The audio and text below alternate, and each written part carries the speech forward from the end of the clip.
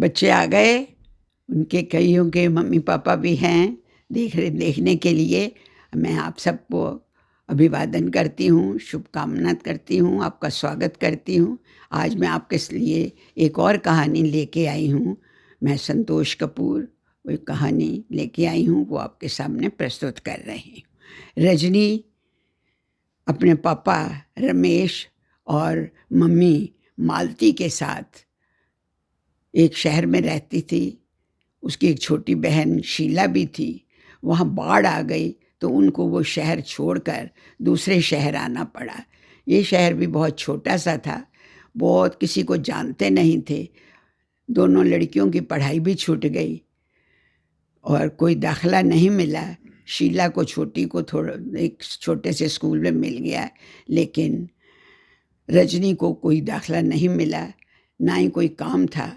तो उन्होंने छोटी सी उसके पापा ने एक दुकान ले ली और सोचा कि कुछ बेचना का काम करें। तो विचार किया गया कि खाने-पीने की चीज़ की अगर दुकान लगाई जाएगी तो जल्दी चल जाएगी और ना ही उसमें बहुत पहले खर्चा करना पड़ेगा। तो उन्होंने विचार किया कि माँ और बेटी घर में बैठ के दाल और चावल बना देंगी, बड़े-बड़े पतीले वो पहुँचा देंगी दुकान पे और सारे दिन बेच दिए जाएँगे। रजनी अपने पापा के साथ पहले घर पे मम्मी के साथ दाल-चावल बनाएगी, फिर सारा सामान लेके दुकान पे जाएगी और पापा के साथ ही लोगों को खिलाने का काम भी करेगी। कुछ ही दिनों के बाद उनका बहुत अच्छा काम चलने लगा। क्यों? क्योंकि उन लोग का व्यवहार बहुत अच्छा था, पापा का भी और रजनी का भी। और ज़्यादा महँगे भी उन्होंने नहीं रखे हुए थे दाल-चावल, प्लेटों में देते थे, पानी का इंतज़ाम था, 2-3 कुर्सियाँ भी उन्होंने बाद में खरीद ली। तो इस प्रकार से उनका काम बहुत अच्छा चलने लगा।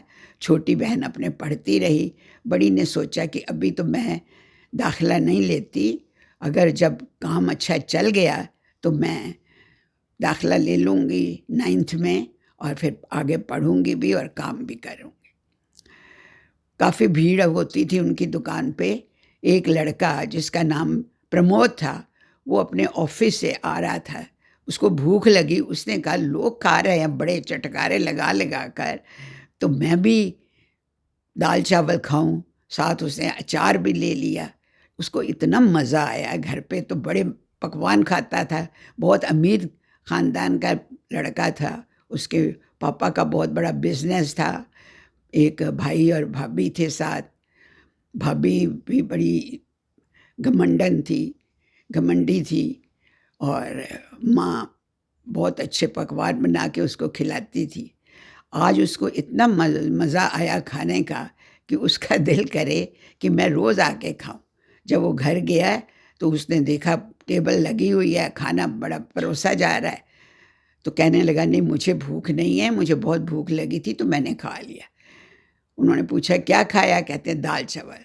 दोनों सास-बहू ने मुँह ही बना लिया है, बड़े पागल हो, वो गंदी-मंदी जगह से, छोटी-सी दुकान से ऐसी चीज़ें लेके खाते हो, बीमार हो जाओगे। नहीं कोई बात नहीं, बीमार नहीं होता, आपको ऐसे ही वहम है। इतना मज़ा आया कि आज तक कभी घर में आया ही नहीं। ख़ैर, वो अपने कमरे में चला गया, खाया नहीं खाना। अब किसी न किसी बहाने वो कभी सुबह, कभी दोपहर या कभी ऑफ़िस के लंच के टाइम पर आकर दाल-चावल खाता।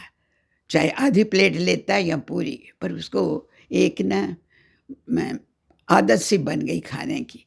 और इस आदत के साथ-साथ रजनी का स्वभाव इतना अच्छा उसे लगा, वो इतने प्यार से बोलती थी, इतनी सफाई से सारा काम करती थी और सबको बिठाती थी कि ये उसी के ऊपर मोहित हो गया और रोज़ आने लगा।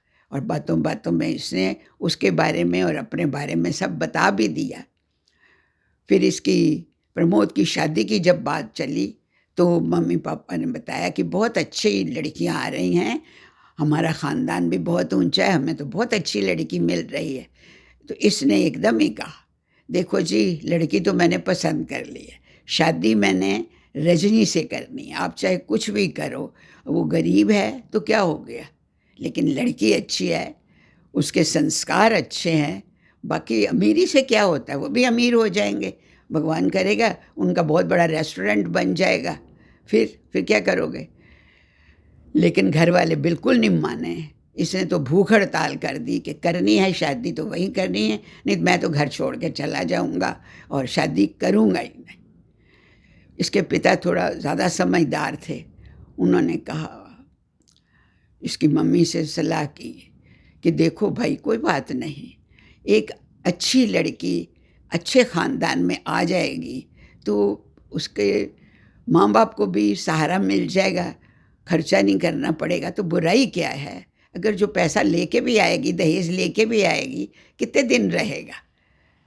तो माँ को बात ठीक लगी। भाभी बहुत चीखी, लेकिन शादी की तैयारी हो गई और 1 महीने के अंदर ही अंदर बहुत सादे तरीके से शादी की, ताकि बहुत लोगों को ना बुलाना पड़े, ना ही शोर ज़्यादा मचेगा, ना ही ज़्यादा आलोचना होगी। वो आ गई घर पे, स्वागत उसका हुआ। ये सास और बहू जो उसकी, मतलब इसकी भाभी और सास, सदा ही उसको ताने देती थी, आ गई है गरीब घराने की, ना कोई दहेज लाई है ना कुछ है, इसको कोई अकल नहीं, ये तो दाल चावल ही बस बना सकती है। पर ये बेचारी चुप सारे काम करती थी और सबसे बड़ा मीठा बोलती थी। सुबह उठ के माता पिता को, मतलब सास ससुर को प्रणाम भी करती थी, पैर छूती थी, आशीर्वाद तो मिलते ही मिलते थे। अब रस्म उनमें जो ख़ास है वो पहली रसोई की में बहू बनाती है और फिर रिश्तेदार और पंडित लोग खाते हैं। तो इनमें ही था कि 11 पंडित आएंगे और बहुत नज़दीकी रिश्तेदार होंगे और यही सारा खाना बनाएगी, सोचेगी क्या खिलाना है। तो इसने सोचा कि चलो सादा ही खाना बनाते हैं, दाल चावल मेरे सबको बहुत पसंद है, मैं दाल चावल बना लेती हूँ, साबूदाने की खीर बना लेती हूँ और अपने ही हाथ से लड्डू भी बना लेती हूँ, सबको घर की चीज़ बहुत अच्छी लगेगी। इसने यही बना लिया। उधर पंडितों के आने का टाइम हो गया तो सास ने भी झांक के देखा कि सुबह से लगी है, क्या क्या कर रही है। जब उसने ये चीज़ें देखी तो वो तो इसकी भाभी और सास तो चीखने लगी कि तुमने हमारी नाक कटवानी है, लोग क्या कहेंगे, इनके घर में कोई खाने की चीज़ नहीं है, हमने कई चीज़ें बनाई हुई हैं, वो पकवान और कुछ और भी चीज़ें हैं, हम तो वही खिलाएंगे। तो दोनों तरफ सज गई टेबल, एक तरफ इसकी बनाई हुई चीज़ें, दूसरी तरफ सास वगैरह की बनाई हुई चीज़ें। तो जब पंडित आए पहले तो उन्होंने हाथ मुँह धोया और ये कहा कि भाई, हम तला फला तो खाएंगे नहीं, हम तो बहुत सादा भोजन खाएंगे जो हमारी बिटिया रानी ने अपने हाथ से प्यार से बनाया है, और हमें दाल चावल बहुत ही पसंद है, और साबूदाने की खीर ये तो कमाल ही हो जाएगी, और हाथ के बने हुए लड्डू, बस आप बाकी सब सामान ले जाइए, हम यही खाएंगे और चाव से खाएंगे। सब ने बड़े खुश होके खाए और चलते वक्त पंडित लोगों ने रजनी को इतने आशीर्वाद दिए, कहने लगे उसके सास और ससुर से कि आप लोग बड़े खुशकिस्मत हो, ऐसी देवी आपके घर आई है, सुसंस्कारी, प्यार से बोलने वाली और घर गृहस्थी को संभालने वाली, आप तो निहाल हो जाओगे। हमारा आशीर्वाद है कि कुछ ही दिनों में देखना आपके घर में कितनी रौनक होगी, कितनी सब तरह की उन्नति होगी, और इस बिटिया रानी के घर पे भी चहल पहल होगी, खूब पैसा भी आ जाएगा, और भगवान करे उनका यही बिजनेस खिलाने पिलाने का रेस्टोरेंट के रूप में बदल जाए। और इसको इतने आशीर्वाद दे के वो लोग विदा हो गए। तो इसकी जो भाभी थी वो तो जल भुन गई कि इसको इतने आशीर्वाद मिले हैं, मेरी तो किसी ने ज़रा भी तारीफ नहीं की। खैर कुछ दिन चलता रहा ऐसे ही। तो रजनी की सास बहुत बीमार हो गई। उसकी बीमारी में तो घर सारा उलट पुलट हो गया।